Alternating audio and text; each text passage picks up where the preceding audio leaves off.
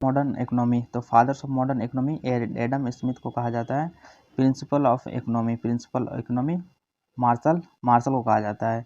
Indian economy किस type का है? इकोनॉमी आपको मिक्स्ड इकोनॉमी इंडियन इकोनॉमी को देखने को मिलेगा। यहाँ पे प्राइवेट सेक्टर और गवर्नमेंट सेक्टर है। क्लोज इकोनॉमी का बात करें तो क्लोज इकोनॉमी नॉर्वे में, सिर्फ नॉर्वे में पाया जाता है। क्लोज इकोनॉमी कहाँ पे? नॉर्वे में है। सीएसओ का गठन 1951 में हुआ था और 29 जून को सेलिब्रेट करते हैं हम सीएसओ डे, और 29 जून को हर साल मनाया जाता है आपका सांख्यिकी दिवस के रूप में इसको सेलिब्रेट किया जाता है। नेक्स्ट बात करें एनडीपी, तो net domestic product. Net domestic product क्या हो जाता है? अगर जीडीपी माइनस डिप्रिसिएशन, जीडीपी से डिप्रिसिएशन अगर घटा दोगे तो आपका नेट डोमेस्टिक प्रोडक्ट हो जाता है। कभी आपको फार्मूला पूछ दिया जाता है एग्जाम में। जीएनपी क्या होता है? जीएनपी आपका होता है gross domestic product, GDP plus यहाँ पे एक्स माइनस एम। एक्स क्या होता है? एक्स आपको बता दूं, एक्स होता है विदेशों में भारतीयों द्वारा आय, ठीक है। जैसे जो इंडियन बाहर में कमा रहे हैं, ठीक है, तो उसके द्वारा जो आय अर्जित कमाया गया पैसा आप भारत में वापस भेजेगा, तो उसके द्वारा आय एक्स है। एम विदेशों द्वारा भारत में आय, ठीक है। तो जो बाहर का आदमी, बाहर का व्यक्ति इंडिया में रह के पैसा कमा रहे हैं तो अपने ही कंट्री को भेजेंगे, तो उसको हमको नेगलेक्ट करना पड़ेगा, हटाना पड़ेगा, तो मुझे ग्रोस नेशनल प्रोडक्ट मिल जाएगा। इसका बाद बात करेंगे भारत में सबसे पहले आय का आकलन कौन किया था? 1868 में किया था दादा भाई नौरोजी ने, और उस टाइम आकलन किया गया था प्रति व्यक्ति आय कितना? 20 रुपया। इसका बाद बात करेंगे प्रति व्यक्ति आय, तो प्रति व्यक्ति आय कैसे निकाला जाता है? तो राष्ट्रीय आय, उसके बाद अगर राष्ट्रीय आय को कुल जनसंख्या से अगर डिवाइड कर देंगे तो प्रति व्यक्ति आय निकल जाएगा।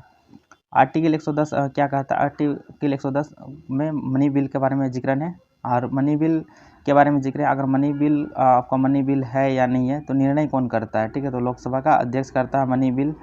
कोई बिल मनी बिल है नहीं, कौन इसका निर्णय करता है? लोकसभा का अध्यक्ष करता है, ठीक है। और अभी लोकसभा का अध्यक्ष होने वर्तमान में आपका ओम बिरला जी है, ठीक है। नेक्स्ट अगर बात करेंगे आर्टिकल 112, तो आर्टिकल 112 क्या है? बजट से रिलेटेड है। अब बजट का नाम यहाँ पे क्या 112 में दिया गया? एनुअल फाइनेंशियल स्टेटमेंट का स्टेटमेंट लिखा हुआ आर्टिकल में 112 में, एनुअल फाइनेंशियल स्टेटमेंट। बजट शब्द आपको देखने को नहीं मिलेगा। 117 आर्टिकल बात करें तो फाइनेंस बिल के बारे में, फाइनेंस बिल 117 में है। आर्टिकल 116 में क्या है? वोट ऑन काउंट के बारे में है। जीरो बेस्ड बजट सिस्टम सबसे पहले कहाँ पे? यूएसए में लागू किया गया था जीरो बेस्ड बजट सिस्टम। जनक पीटर ए पेरे। इंडिया में बात करें तो इंडिया में 1987 में लागू किया गया था। पहला अगर स्टेट पूछे आपसे तो कौन था? Andhra Pradesh. Zero budget based economy, ठीक है, जीरो बजट बेस्ड सिस्टम। पहला बजट 1733 में प्रोफेसर फिलिप के द्वारा ब्रिटेन में प्रस्तुत किया गया था। भारत में पहला बजट 1860 में 1860 में जेम्स विल्सन के द्वारा प्रस्तुत किया गया था। स्वतंत्र भारत का पहला बजट पहला गणतंत्र बजट आपका जॉन मथाई प्रस्तुत किया था। सबसे ज़्यादा बजट पेश करने वाला मोरारजी देसाई, 10 बार बजट पेश किया था मोरारजी देसाई। इसका बाद अगर बात करेंगे जीरो बेस्ड बजट, तो जीरो बेस्ड बजट भारत में आपका कौन सा? आंध्र प्रदेश। डेवलपमेंट काउंसिल का गठन कब हुआ था? 1952 में हुआ था। अब इसके बाद देखेंगे योजना प्लानिंग कमीशन, ठीक है। तो अभी प्लानिंग कमीशन को मतलब हटा के आप कौन सा आ गया? आपका नीति आयोग आ गया, ठीक है। तो उसी के स्थान पर अभी नीति आयोग काम कर रहा है, लेकिन प्लानिंग कमीशन आपका गठन हुआ था 1951 में, और उसमें हर 5 वर्ष के लिए योजना बनाई जाती थी। तो उसमें 12 पंचवर्षीय योजना है, 12। तो देख लेते हैं कि क्या क्या, कौन सा पंचवर्षीय योजना में क्या क्या काम किया गया और किस मॉडल पर आधारित है। तो प्रथम देख लेते हैं, प्रथम पंचवर्षीय योजना 1951 से 1956 तक रहा। ये हेरल्ड डोमन मॉडल पर आधारित है।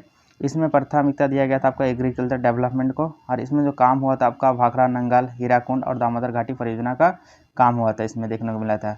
दूसरा पंचवर्षीय योजना में बात करेंगे तो 1956 से 1961 रहा इसका, और इसका मॉडल किस पर आधारित है? पीसी महालनोबिस मॉडल पर आधारित है। इसमें प्राथमिकता किसको दिया प्राथमिकता इंडस्ट्रियल डेवलपमेंट को प्राथमिकता दिया गया था। और इसमें जो कार्य हुआ था किसमें? राउर किला, भिलाई, दुर्गापुर, इस सब संयंत्र का गठन हुआ था। इसका बाद बात करेंगे तीसरी पंचवर्षीय योजना कब से कब तक हुआ था इसका? 1961 से 1966 तक। इसमें प्राथमिकता दिया गया था एग्रीकल्चर इंडस्ट्रियल डेवलपमेंट में, और इसमें हुआ था हरित क्रांति, ठीक है। और भारत में हरित क्रांति के जनक किसे कहता है? डॉक्टर स्वामीनाथन को। और इसके बाद क्या हो गया था? योजना आकाश आ गया था। तो हाँ, 3 पंचवर्षीय योजना के बाद योजना आकाश कब से कब तक? 1966 से 1969 तक योजना आकाश रहा कोई चौथी पंचवर्षीय योजना। चौथी पंचवर्षीय योजना का कब से कब तक रहा आपका 1969 से 1974 तक रहा, यहाँ पे 1974 तक रहा। और डॉक्टर गाडविल मॉडल बेस्ड पर आधारित है।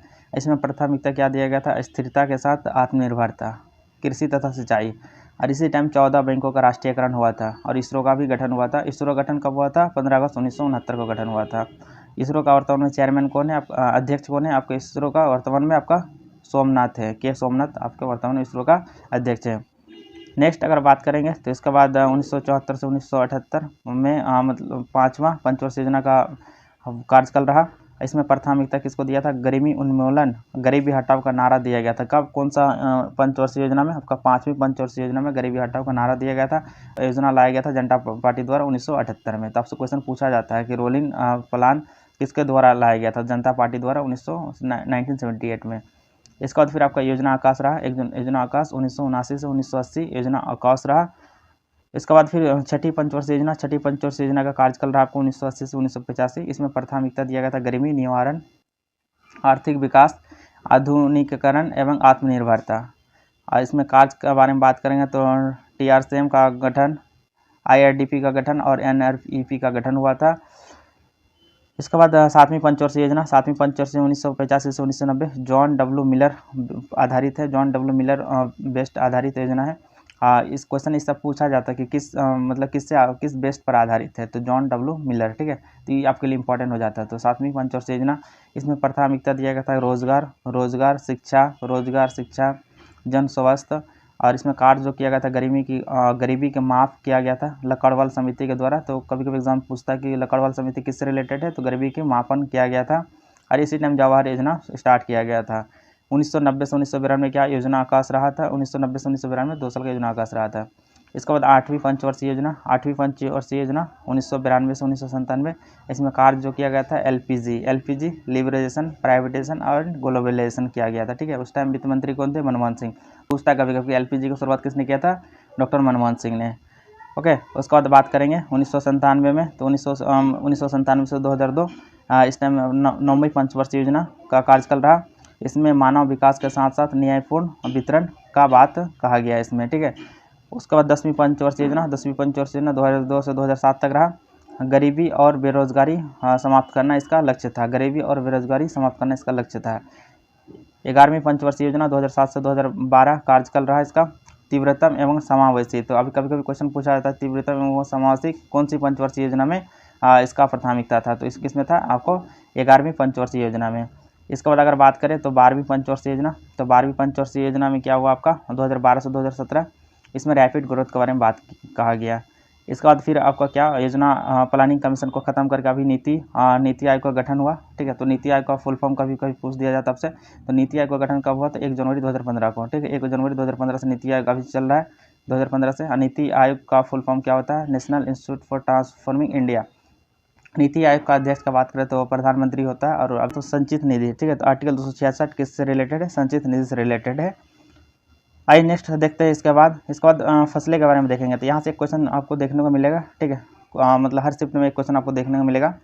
तो रबी की फसलें और खरीफ की फसलें, तो पहले खरीफ की फसलें बात कर लेता हूँ, क्योंकि खरीफ की फसलें की सबसे ज़्यादा पहले आपका बुआई होती है। खरीफ की फसलें की बुआई कब होती है, आपका मई जून में होती है, ठीक है। तो किस तरह याद रखें, खरीफ तो यहाँ पे ख से होता है, रबी आर मतलब बाद में होता है। तो यहाँ पे क्या पहले आता है, तो इसको बुआई पहले होती है मई जून में इसको बुआई होती है। और कटाई कब होती है, इसको सितंबर अक्टूबर में। खरीफ में कौन कौन सी फसलें आती है, प्रमुख फसलें चावल हो गया, मक्का हो गया, जवार, बाजरा, तूर, मूंग, उड़द, कपास, जूट, मूंगफली, सोयाबीन इत्यादि। ये आपका खरीफ का प्रमुख फसल है। यहाँ से एक क्वेश्चन आपको जरूर देखने को मिलेगा। इसके बाद बात कर लेते हो रबी की फसलें। तो रबी की फसलें की बुआई कब होती है, आपका अक्टूबर नवंबर में। और इसका कटाई कब होती है, मार्च अप्रैल में, ठीक है। मार्च अप्रैल में इसका कटाई होती है। इसमें अगर प्रमुख फसल की बात करें तो इसमें गेहूँ हो गया, जौ हो गया, मटर हो गया, चना हो गया, सरसों हो गया, ठीक है। आई होप आप सबको वीडियो पसंद आएगा, तो वीडियो को एक बार लाइक कर दे और चैनल को सब्सक्राइब कर ले। धन्यवाद।